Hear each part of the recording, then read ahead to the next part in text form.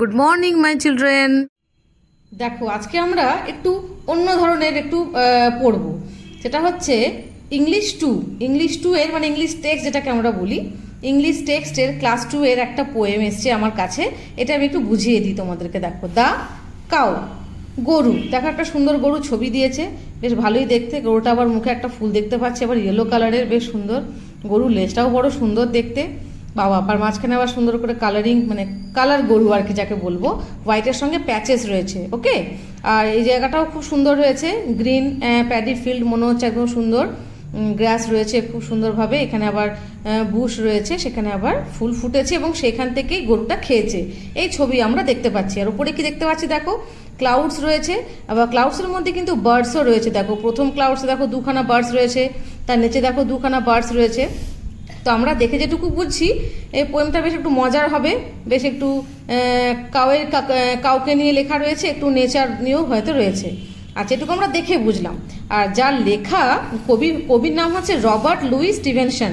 Inner কবিতা তোমরা তো আগেও পড়েছো, ক্লাস 1-এও ছিল, ক্লাস 2-তেও আগে ছিল। রবার্ট লুই স্টিভেনসন, ইনার লেখা খুব ভালো লাগে এবং বাচ্চাদের জন্য উনি খুব ভালো পোয়েমগুলো বাচ্চাদের জন্য খুব অ্যাট্রাকটিভ হয়, ঠিক আছে, আকর্ষণীয় হয়। চলো তাহলে শুরু করি আমরা।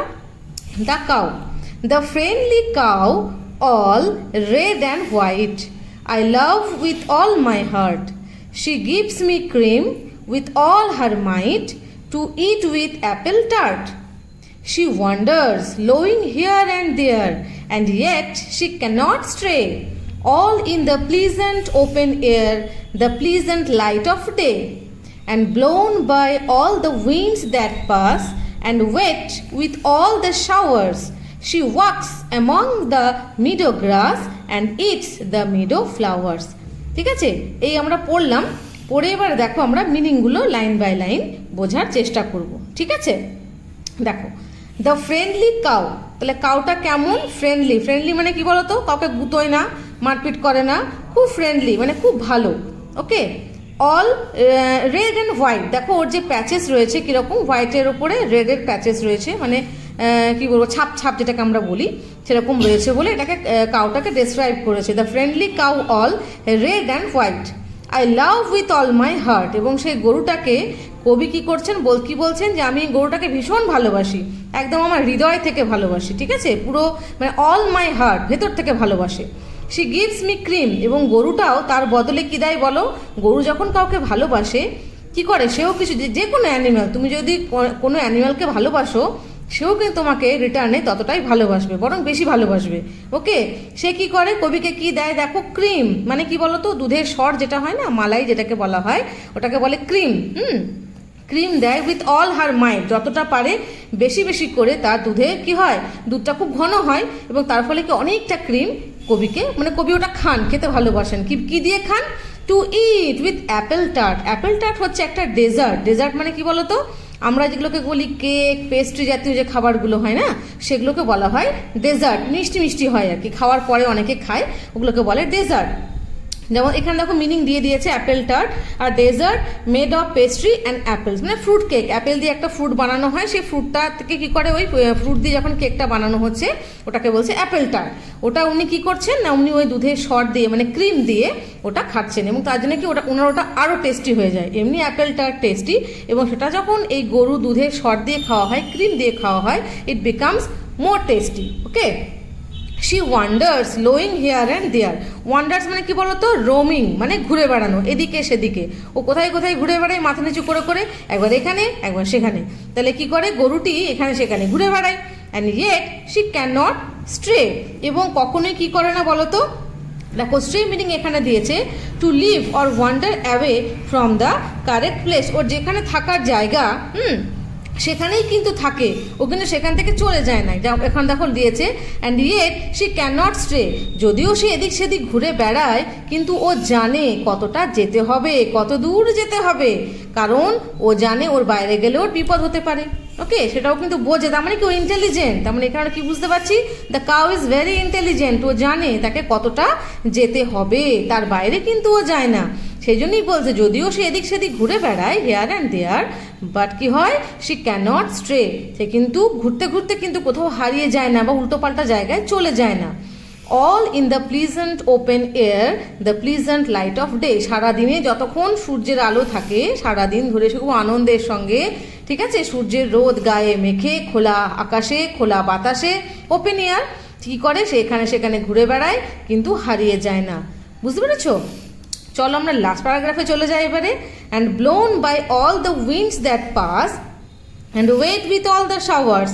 এবং ও ঘুরতে ঘুরতে কি এনজয় করে, রোদ তো এনজয় করছি আমরা পড়লাম। আর লাস্ট প্যারাগ্রাফে বলেছে ও কিন্তু এই যে হাওয়া বয় খুব সুন্দর করে, হ্যাঁ, জেন্টল উইন্ড হতে পারে, সেটা একটু বেশিও হতে পারে, আবার কখনো কখনো সে বৃষ্টিতে ভেজেও। শাওয়ার্স মানে হচ্ছে বৃষ্টির জল, ঠিক আছে। ওয়েট মানে হচ্ছে ভেজা, তার মানে কি গরুটা আবার ঘুরতে ঘুরতে কখনো কি হয়, বৃষ্টিতে ভেজে, সুন্দর সুন্দর হাওয়া যখন বয়ে যায় তখন সে হাওয়াও গায়ে মাখে। She walks among the meadow grass. Meadow মানে হচ্ছে কি বলতো, সবুজ রয়েছে যে মাঠ বলে, field, broad area of field তাকে বলা হয় মিডো, সেই ঘাস জমি যেটা রয়েছে। আর ভালো বাংলায় বলা হয় তৃণভূমি, হ্যাঁ, ঘাসের জমি।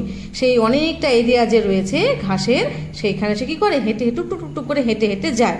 And it's the Meadow flowers. এবং ঘাসের যে জমি রয়েছে সেখানে যে ঝোপঝাড়গুলো হয়, হ্যাঁ, ঘাসের যে ফুলগুলো হয়, সেগুলো কী করে, কুচকুচ কুচকুচ করে ও খায়। ঠিক আছে, তাহলে এখানে কি কি কি বললেন কবি, একটা গরুর কথা, যেই গরুটা কবির ভীষণ প্রিয়, এবং সেই গরুটি নিজের মনের আনন্দে, নিজের খেয়ালে যেখানে সেখানে ঘুরে বেড়ায়, কিন্তু কখনো হারিয়ে যায় না, উল্টো পাল্টা জায়গাতে চলেও যায় না। ও সুন্দর করে ঘোরে, বৃষ্টি পড়লে বৃষ্টিতে ভেজে, রোদে ঘোরে, সব কিছুকেও এনজয় করে। হাওয়া দিলে হাওয়াটাকে সুন্দর করে ঘোরে, হাওয়ার মধ্যে ঘোরে, ওকে, সেসব কিছু করে কি করে, ও এটাকে এনজয় করে। এবং তার সঙ্গে সঙ্গে ঘাসে যখন মানে ও যখন চড়ে বেড়ায় তখন যেখানে যা পেলো, মানে যা পেলো বলতে ঘাসের মধ্যে ফুল পেলো তো ফুল খেলো, পাতা খেলো, সেগুলোকেও কিন্তু কচকচ কচকচ করেও খেয়ে ফেলে। তাহলে এই হলো পোয়েম দ্য কাউ। এবার আমরা ওয়ার্ডস শুনোটা একটু পড়ে নিই, যদিও পড়লাম, আর একটু পড়ে নিই। Apple tart, a dessert made of pastry and apples. ঠিক আছে, কেক বা অ্যাপেল দিয়ে তৈরি এক ধরনের মিষ্টি ডেজার্ট বা খাবার। Lowing, the mooing sound made by a cow. Lowing মানে হচ্ছে কি, ওই হাম্বা হাম্বা করে ডাকতে ডাকতেও চলে আর কি, সেটাকেই বলছে মুইং সাউন্ড। মুইং সাউন্ড মানে কি বলা হয়, কাউ সাউন্ডকে বলা হয় মু। তো সেখানে মুইং সাউন্ড মানে কি, ও ওই হাম্বা হাম্বা করতে করতে মুভ করে, মানে চলে চলে বেড়ায়। মিডো আ গ্রাসি ফিল্ড, এটা মানে আমরা বুঝে গেছি। মাইট মানে হচ্ছে কেউ সমস্ত শক্তি দিয়ে কী করে, যেমন এখানে পড়লাম, she gives me cream with all her might. যতটা ওর ক্রিম দিতে পারবে, দুধ থেকে যতটা শর্ট দিতে পারবে, ও কিন্তু ততটাই কিন্তু কবিকে ভালোবেসে দেয়, মানে একদম যতটা পারবে, মানে পুরো স্ট্রেংথ দিয়েও সেটাকে দেয়। ওই জন্যই বলছে power or might. Stray, to leave or wander away from the correct place, এক জায়গা থেকে অন্য জায়গাতে ঘুরে বেড়ানো, কিন্তু কারেক্ট প্লেস থেকে কিন্তু কখনোই সরে যাবে না। ঠিক আছে, সেটাকেই বলতে চাইছে। আচ্ছা, wanders, walks or strolls from place to place. Wanders মানে যেটা বললাম রোমিং, এখানে সেখানে ঘুরে বেড়ানো, যেখানে সেখানে ঘুরে বেড়ানো। তাহলে এই ওয়ার্ডগুলো ভালো করে তোমাদের পড়তে হবে, এর মিনিংগুলো মুখস্থ করে ফেলতে হবে। এখানে খেয়াল রাখবে, এখানে স্ট্রে মানে হচ্ছে কি বলতো, যে এক সঠিক জায়গা থেকে সরে যাওয়া। আর এখানে পোয়েমে কিন্তু মানেটা হচ্ছে ক্যান নট স্ট্রে, মানে কি সঠিক জায়গা থেকে ও সরে যায় না। এটা কিন্তু গুলিয়ে ফেলবে না, মিনিং লেখার সময় কিন্তু এখানে নটের ইউজ হবে না। কিন্তু এইখানে কিন্তু যেটা রয়েছে পোয়েমের মিনিং যেটা বলছে, এখানে বলছে ও ক্যান নট স্ট্রে, মানে ও কিন্তু সঠিক জায়গা থেকে সরে যায় না।